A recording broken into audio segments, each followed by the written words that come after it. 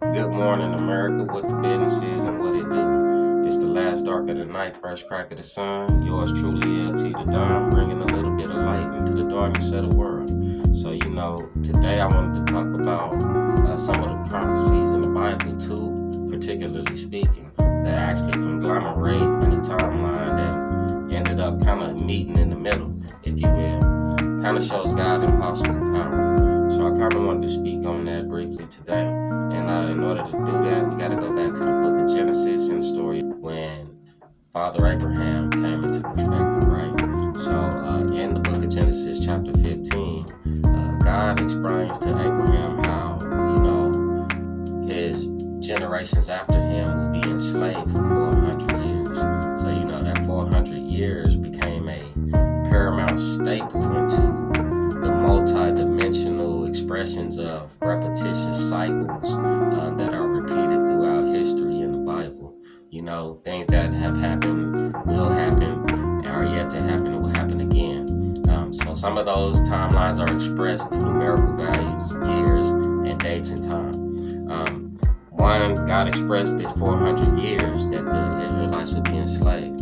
Now, when you go back to the book of Exodus, talks about the enslavement in Egypt, where they were actually enslaved for 430 years. So some people ask, okay, how did this 430 years, when God said 400 years? Well, what people don't understand is that there's a two-part prophecy to this, and those two-part prophecies go together like this. So if you actually add the 30 years plus the 40 years they were wandering in the wilderness, you actually get 70 years. So this prophecy today is about 470 years, right? So I gave you the 400-year prophecy of being in captivity and held in Egypt. The 70-year prophecy is of the Hebrews being held for 70 years in Babylon. So you got 400 in Egypt, you have 70 in Babylon.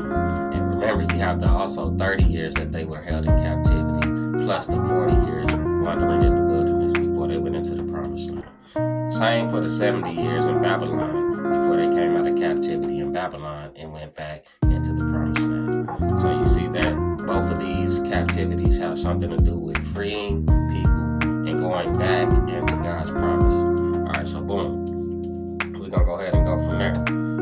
Many people throughout history have tried to use these dates. They tried to use these timelines to predict, so-called coming to Christ or the end of the world. I think when properly applied and with knowledge, wisdom, and understanding, and the Holy Spirit truly guiding you through these understandings, I believe that you can use these things to understand a season, time, or a period of time. And once you understand the multiple layers and dimensions of the Bible, that's why Jesus Christ often spoke parabolically. He said parables to spit across something that was a metaphor or allegory that actually meant something else, right? So we know that the Bible is multidimensional just by how Jesus Christ even spoke. Continuing on. So we have people like William Miller. He tried to predict, Christ coming in 1844. We had people like Pope Sylvester II. He tried to predict the end coming in the year 999, that the world would end in January 1st, 1000. We had Harold Camping. He's in our timeline, our generation. He tried to predict that the rapture would happen on May 21st, 2011. That's just to name a few guys. So, when we think about people who have had failed prophecies and try to predict things like that, I think of seeds being planted. Sometimes it may be misleading or misguiding, but I think it does cause people to think. And that's a good thing to develop your own thoughts from what the world produces and expresses. Though these guys were incorrect, I think these things can be properly observed. Continuing on. So if we fast forward to the book of Revelations concerning these two timelines of 400 years and 70 years, how can we express these things and bring them, boom, together? Now, if we go to the book of Isaiah chapter 28, verse 10, it must actually learn the Bible in precepts. There's crumbs, there's bits and pieces, there's lessons here, there's lessons there, and you must take here a little and there a little, and you must not be complacent. Sometimes it takes an overwhelming experience with God personally to get you invested in actually knowing what's going on here. But continuing on from that, we can go to the book of Matthew, chapter 24, verse 38. In Matthew 24, verse 38, I look at this verse a little bit differently than I did at first, because I learned the precepts and I started understanding what they mean in both perspectives. Not in a contradicting sense, but in a sense of its levels to this whole thing, right? And you must go from milk to meat and potatoes. And some people never get off the bottle. But continuing on. So when you think about in the days of Noah, right? In the book of Matthew, it says, they'll be given into marriage, they'll be building, drinking, they'll be having a merry good time. They'll be just living their life up, right? But when I think in the days of Noah, God gave them instructions, right? To build this, Noah told them it's going to flood.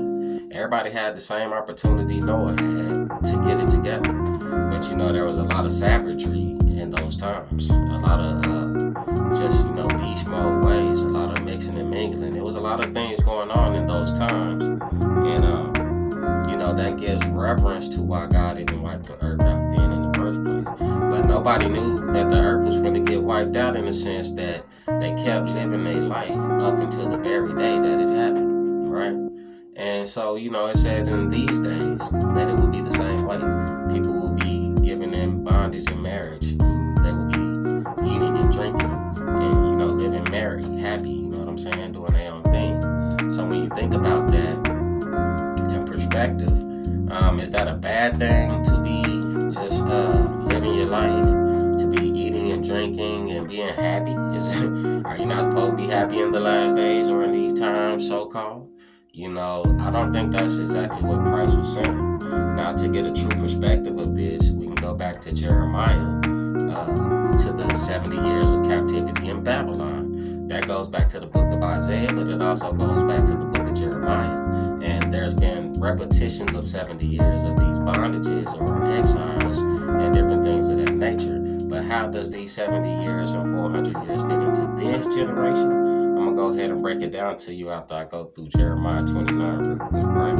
So a lot of people go through Jeremiah 29 and they read the 29 verse 11, where I have plans for you, plans for a future, and not to destroy you, so-called, right?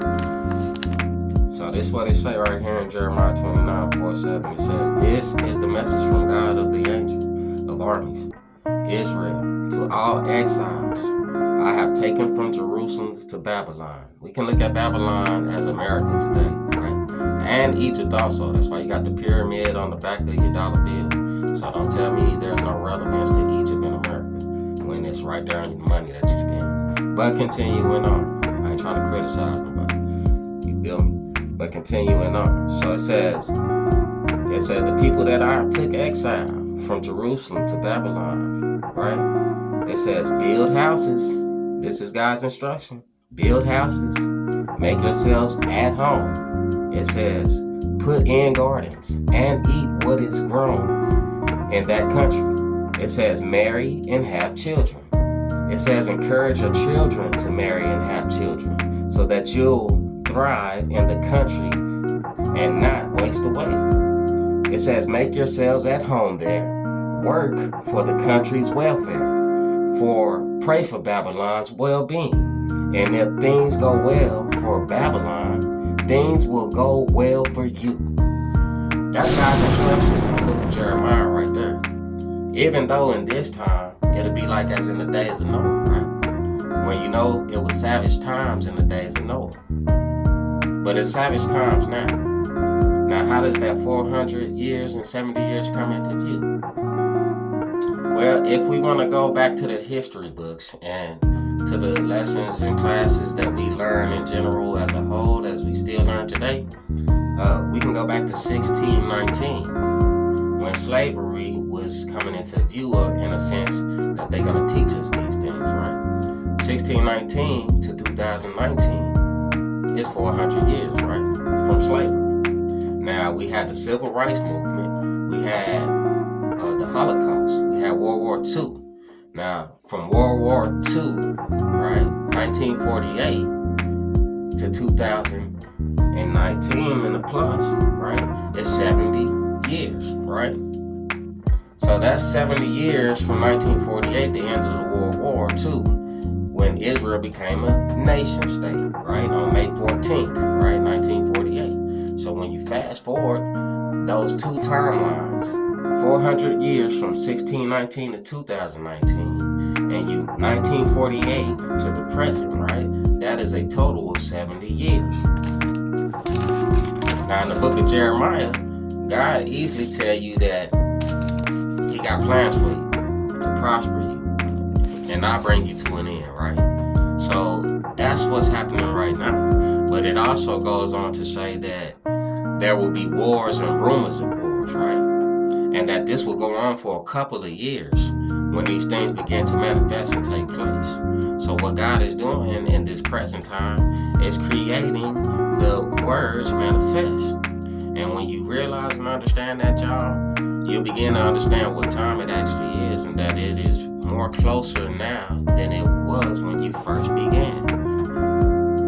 There's one of 7 churches, and those 7 churches all represent these same explanations. And some people are following one of those 7 churches in the sense that they're coming more to fruition now than when they first began their works in God. So when it comes to that, this may be the 11th hour.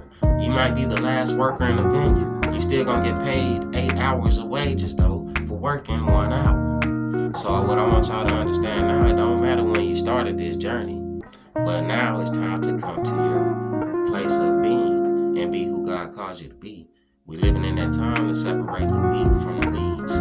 Which one you gonna be? Because it's gonna come out and show when the world begins to unfold these different phases that we already living through right now. Hey, it's LT the Don Juan, last dark of the night, first crack of the sun. Y'all already know what the business is. I love you. Shalom, peace, and we'll holler at y'all later. Peace.